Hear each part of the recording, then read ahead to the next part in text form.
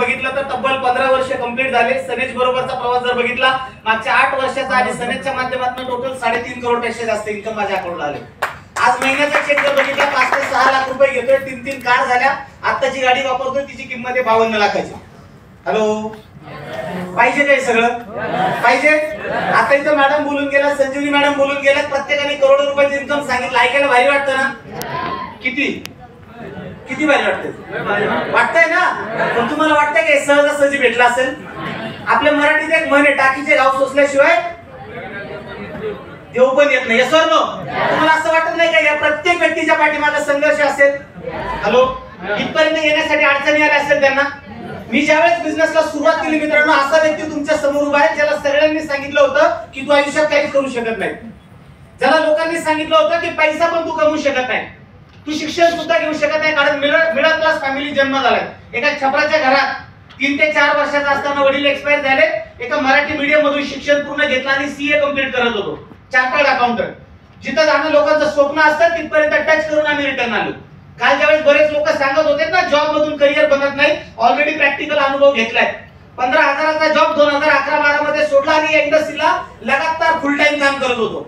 पण मी बघतो या इंडस्ट्रीमध्ये बरेच सारे लोक 3 महिने 6 महिने जास्तीत जास्त वर्षभर काम करतात. 2-4 लोक नाही म्हटले की ते वाट बघतात, कारण शोधतात बिझनेस कसा सोडायचा. आता मॅडम सांगत होत्या की प्रेग्नन्सी मध्ये 7व्या-8व्या महिन्यापर्यंत कार चालवत होत्या.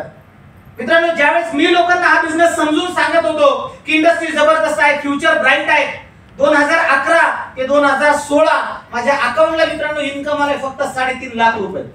किती? जर जॉब केला असता तर 15 ते 20 लाख रुपये कमवले असते. आणि त्या 6 वर्षामध्ये मला असं वाटतं की किमान 8 ते 10 हजार लोक मला नाही बोलले त्या इंडस्ट्रीसाठी. किती? मी प्लॅन सांगायचो, काका मामा मित्र नातेवाईक कुणाच्या ना कुणाच्या माध्यमातून प्लॅन सांगायचो. प्रत्येक 3-6 महिन्यांनी नवीन टीम बनवायचो आणि 3-6 महिने लोक काम केल्यानंतर थांबून जायचे. आणि त्यावेळेस असं वाटायचं की आता आपल्याकडनं बिझनेस होणार नाही, आता बिझनेस सोडला पाहिजे. आणि विचार पण केला होता बिझनेस सोडायचा. पण त्या दिवशी अशोक सरांनी पुन्हा एक गोष्ट समजून सांगितली की गणेश 6 वर्ष इथपर्यंत चालत आलाय. जेव्हा काहीतरी भेटण्याची वेळ येते ना त्यावेळेस माइंड मध्ये खूप सारे निगेटिव्ह प्रश्न येतात. आता जर आपल्याला सगळ्यांना सांगितलं भिंत तोडायची आहे, किती लोक तोडणार? हॅलो, नाही तोडणार ना. पण जर सांगितलं पलीकडे 50 करोड रुपये ठेवलेले, जो तोडेल त्याची, तर काही बघणार नाही, टेबल उचलणार, खुर्ची उचलणार, काही नाही सापडलं तर एकमेकांना उचलून आदळणार, पण भिंत तोडणार. येस और नो? जोपर्यंत काही मिळणार हे कळत नाही ना तोपर्यंत माणूस काम करण्यासाठी तयार होत नाही. आणि मला त्या दिवशी सरांनी समजून सांगितलं होतं की गणेश, छपराच्या घरात जर जन्म झालाय, ज्या वडिलांनी तुला जन्म दिलाय त्यांनी पण गरिबी जन्म बघितलाय, त्यांनी पण गरिबी दुःख त्रास बघितलाय. आणि जर हे तुला पुढे पण असंच दाखवायचं असेल ना तर आज तुला परिवर्तन करावं लागेल. या इंडस्ट्रीला समजून घ्यावं लागेल या इंडस्ट्रीचं फ्युचर काय आहे, सनेज काय आहे, सनेजचे प्रोडक्ट काय आहेत, रिझल्ट काय आहेत, आणि सगळ्यात महत्त्वाचं आपण जे एज्युकेशन सिस्टम टाकतोय या एज्युकेशन ट्रेनिंग मीटिंगच्या माध्यमातून आपण लोकांना घडवूया. आजपर्यंत तुला चान्स नाही मिळाला घडवण्यासाठी, पण आज चान्स आहे. आणि मित्रांनो, पुन्हा एकदा विश्वास ठेवला. त्यावेळेस सरांनी मला एक उदाहरण सांगितलं होतं. येवले चहा नाव माहिती सगळ्यांना? किती लोक चहा पिले येवलेचा? येवले चहाचे फाउंडर मला वाटतं नवनाथ येवले ना. किती लोकांना चहा द्यायला आले तुम्हाला? नाही ना. पण त्यांच्या शॉप मध्ये जर जाऊन बघितलं तर ते म्हणतात 4 पिढ्यांपासून बिझनेस आहे आमचा. हॅलो, मी स्वतःला विचार केला, माझ्या पंजोबाने 40 वर्ष काम केलं, आजोबाने 40 वर्ष काम केलं, वडील असते तर त्यांनी पण 40-1 वर्ष काम केलं असतं. येस और नो? 150 वर्ष आपल्या खानदानाने काम केलं. आपल्या घरासमोर 2 व्हीलर तरी होती का? हॅलो, मी स्वतःला प्रश्न विचारला, तुम्ही पण विचारून बघा. आणि नवनाथ येवले साहेब म्हटले की मी चहा बनवणार पण नाही आणि चहा विकणार पण नाही, पण पैसा कमवायचा आहे. हॅलो, काय म्हटले ते? त्यांच्या आजोबांनी चहा बनवला, तो चहा बनवायचा कसा आणि चहा विकायचा कसा मुलाला शिकवलं. त्या मुलाने चहा बनवला, चहा बनवायचा कसा आणि चहा विकायचा कसा त्यांच्या मुलाला शिकवलं. ते सर नो, त्या नातवापर्यंत बिझनेस आला, पण त्याने ठरवलं सर की मी चहा बनवणार पण नाही आणि चहा विकणार पण नाही. आज येवले चहाचे फाउंडर चहा बनवत पण नाही आणि चहा विकत पण नाही, पण महिन्याला 50 ते 60 लाख रुपये कमवतात. हॅलो मित्रांनो, सनेजची ताकद आहे. आज या इंडस्ट्रीच्या माध्यमातून ना 1 रुपयाचं प्रोडक्ट मी सिंगल बनवत, ना 1 रुपयाचं प्रोडक्ट मी विकायला जात, पण महिन्याला 5 ते 6 लाख रुपये कमवतो. ताकद या नेटवर्कची आहे आणि ताकद या ट्रेनिंग सिस्टमची आहे. अशा ट्रेनिंग मीटिंग मध्ये येऊनच आम्ही घडलोय, अशा माहोल मध्ये चाललोय. कारण की मला एक गोष्ट कळाली, बाहेर मार्केटमध्ये मी माझ्या शिक्षणासाठी 10-15 लाख रुपये लावण्याची तयारी ठेवली, पण बाहेर मार्केटमध्ये 10-15 हजाराचा जॉब सुद्धा नव्हता. हॅलो, आजच्या ट्रेनिंगची फी आपली मला वाटतं काहीतरी 3-3.5 हजार असेल सर नो. आतापर्यंत 3-3.5 करोड रुपये जर कमवलेत ना, तर या नॉलेज साठी 5-10 लाख रुपये लावलेत आम्ही.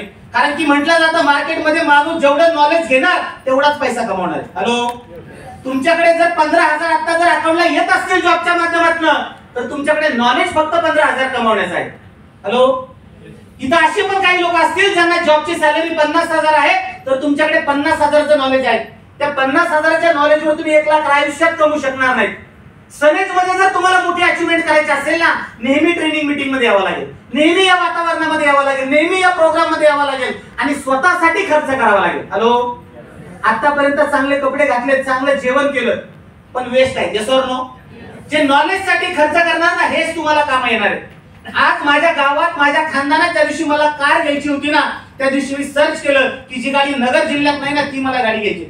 जन्मगाव माझं नगर जिल्हा, मी 15-20 वर्ष झाले पुण्यात राहतोय, पण ज्यावेळेस गाडी घ्यायची होती ना, त्या दिवशी ठरवलं, शोरूम मध्ये इन्क्वायरी केली आणि जी गाडी कुणाकडेच नव्हती, त्या दिवशी आपण डेअरिंग केली 52 लाखाची गाडी घेण्याची. वयाच्या 28व्या वर्षी 52 लाखाच्या गाडीत बसलोय. आज बाहेर मार्केटमध्ये बघतोय लोक 40, 50, 70 वर्ष मेहनत करतात आणि मग विचार करतात रिटायरमेंट घेऊ, आणि ज्यावेळेस रिटायरमेंट होते ना, त्यावेळेस कुणीच विचारत नाही. आज सनेजची ताकद आहे. आज 20, 22, 25, 26, जास्तीत जास्त 30 वर्षापर्यंत आज सनेज मध्ये अशी लोक तुम्हाला बघायला भेटतील. आज मी स्वतःला फील करतोय, आज काम जरी नाही केलं तरी 5 ते 6 लाख रुपये महिना येतो ना, ही खरी रिटायरमेंट लाईफ आहे. हॅलो, आपण जे सांगतो ना, टाइम फ्रीडम, मनी फ्रीडम आणि सिक्युरिटी पाहिजे प्रत्येकाला. मग जर हे पाहिजे असेल ना, आजच्या ट्रेनिंग नंतर एक बदल करावा लागेल. आज 2 दिवसात ज्या गोष्टी शिकतायत ना, उद्यापासून या 100% अप्लाय करावं लागेल. 3 महिने, 6 महिने, वर्षभर डोंगरावर विहीर खोदली तर पाणी लागेल का? हॅलो, पाठीमागचे झोपलेत वाटतं. डोंगरावर विहीर खोदली तर पाणी लागेल का? नाही लागणार ना. पाणी जर हवा असेल तर जमिनीत विहीर खोदावी लागेल, आणि तोपर्यंत खोदतो जोपर्यंत पाणी लागत नाही. सर नो, खोदतो की नाही खोदत? किती लोकांनी आतापर्यंत जमिनीत विहीर खोदल्यात? हातवर करा ना. खोदल्यात ना? कधीपर्यंत खोदल्यात? दगड लागला ना, मुरुम लागला, माती लागली, मग दगड लागला, खडक लागला म्हणून तुम्ही विहीर खोदायचं सोडलं नाही ना. जोपर्यंत पाणी लागत नाही तोपर्यंत विहीर खोदली ना. मला एकच सांगायचंय, भगवंताने आपल्याला मानवी शरीर दिलंय, जोपर्यंत करोडपती बनत नाही ना, तोपर्यंत सनेज मधून हटायचं नाही. चला, थँक्यू सो मच.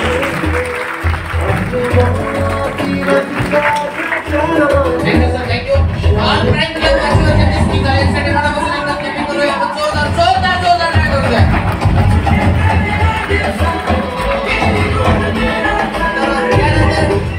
मी एका ग्रेट पर्सनॅलिटी तुमच्या समोर इन्व्हाइट करतोय की ज्या व्यक्तिमत्वाने जर पाहिलं गेलं तर या सनेजच्या माध्यमातून आज इलाइट क्लब अचिव्हर्स आहेत.